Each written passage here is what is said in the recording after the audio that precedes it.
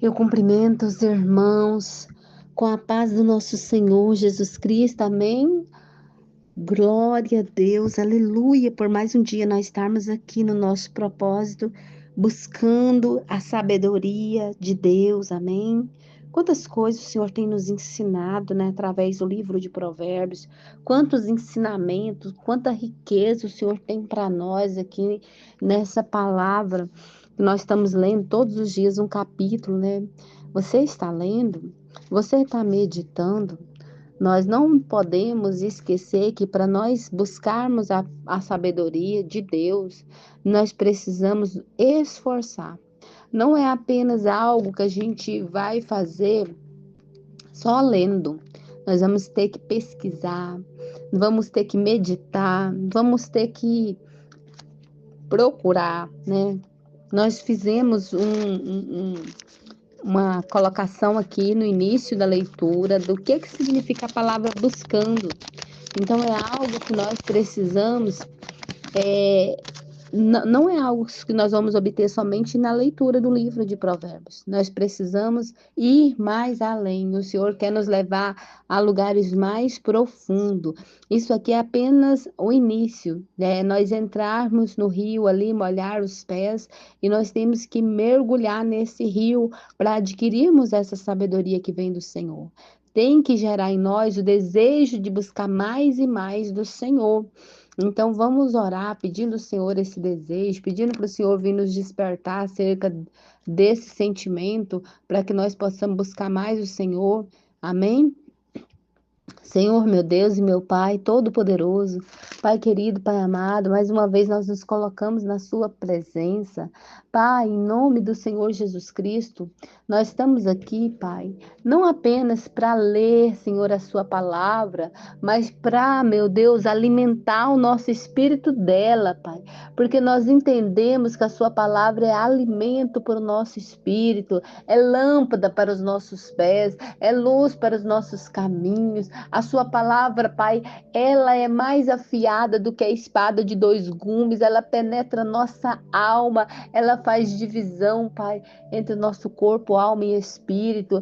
Então, nesse momento, Pai, nós pedimos o Senhor que abra nossa mente, entendimento, que fale ao nosso coração, Pai, que manifeste a sua presença no meio de nós, que não seja apenas eu aqui trazendo essa palavra, mas que o Senhor toma a minha vida nas suas mãos, toma a minha boca nas suas mãos, a minha voz, Pai, não é mais minha, ela é do Senhor, que o Senhor me use para falar com ousadia, com sabedoria, com intrepidez, que o Senhor venha direto de encontro aos nossos corações, Pai, torna sensível, Pai, a sua palavra, venha, Senhor, meu Deus, aquecendo o nosso coração, visita a nossa mente, esquadrinha, Senhor, nossos pensamentos, né? Esquadrinha nosso coração, prova nossos pensamentos, Senhor, vê se há em nós algum caminho mau, algum caminho que não te agrada, e o Senhor venha mostrar para nós que para que possamos consertar, para que possamos mudar, para que possamos converter para o caminho, Pai, que leva à salvação, para o caminho que te agrada, para o caminho que dá prazer ao Senhor,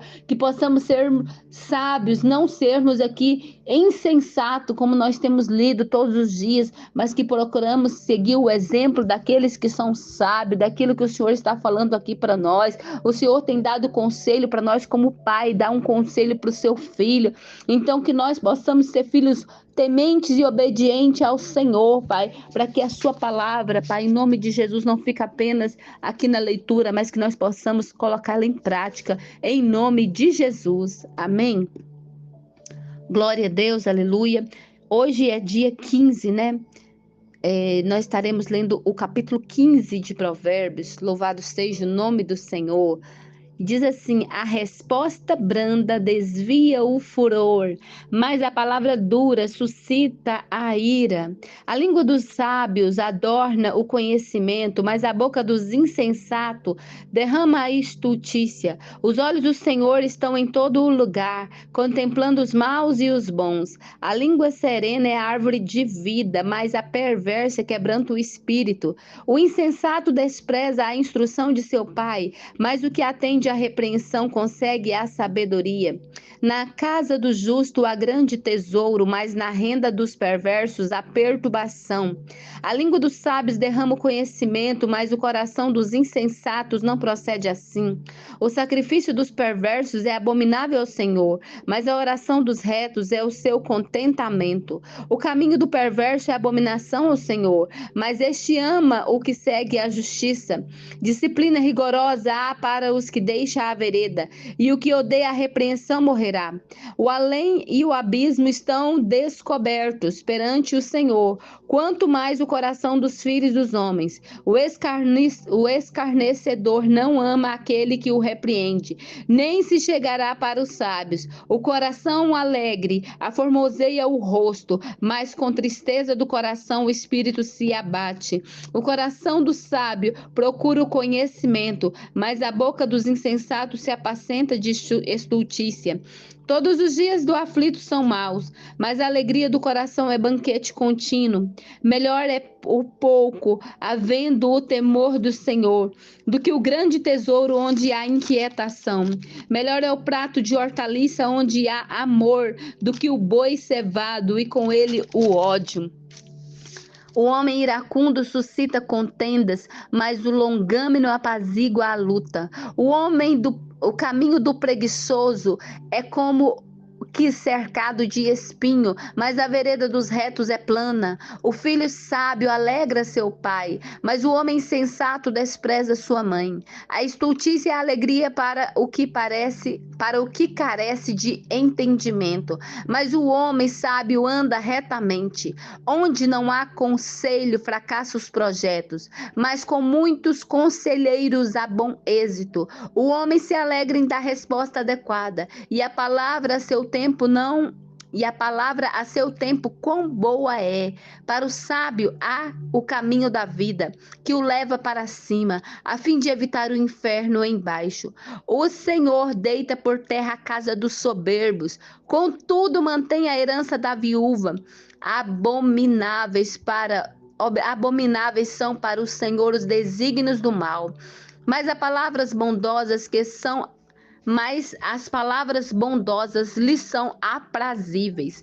O que é ávido por lucro desonesto transtorna sua casa, mas o que odeia o suborno, esse viverá. O coração do justo medita o que há de responder, mas a boca dos perversos transborda maldade. O coração está longe dos perversos, mas atende à oração do justo. Repetindo, perdão. O Senhor está longe dos perversos, mas atende à oração do justo. O olhar de amigo alegra ao coração, as boas novas fortalece até os ossos. Os ouvidos que atendem à repreensão salutar, no meio dos sábios tem a sua morada. O que rejeita a disciplina menospreza sua alma, porém o que atende à repreensão adquire entendimento. O temor do Senhor é a instrução da sabedoria, e a humildade precede a honra. Aleluia. Glória a Deus. Louvado seja o nome do nosso Senhor. Meus irmãos, quantas coisas maravilhosas o Senhor falou ao nosso coração nesse capítulo. Começando por a resposta branda desvia o furor, mas a palavra dura suscita ira. Então o Senhor fala aqui que às vezes você alguém te deu uma palavra dura e você vai responder à altura. Eu vou responder à altura porque essa pessoa falou comigo daquela forma. Não. O Senhor fala para nós que a resposta é branda. Ela desvia o furor. Às vezes aquela pessoa chegou tão nervosa, tão enfurecida, querendo mesmo provocar, caçando uma briga. E aí você responde ela brandamente. Sabe o que acontece? Desvia o furor. Aquela pessoa fica até com vergonha. Acaba. Mas se você responder na mesma altura, tá falando aqui, mas a palavra dura suscita ira. Aí se a gente responde na mesma altura, eu respondi na mesma altura, aquela pessoa fica mais enfurecida ainda. E ali, né, há contenda, ali há problema. Glória a Deus, louvado seja o nome do Senhor. Então, aqui também está falando no verso 3 que os olhos do Senhor estão em todo lugar, contemplando os maus e os bons. O Senhor está vendo. Às vezes você fala assim: ah, será que o Senhor não está me vendo? Será que o Senhor não está vendo aqui a situação que eu tenho passado? O Senhor está em todo lugar e Ele está contemplando os maus e os bons. Ele sabe.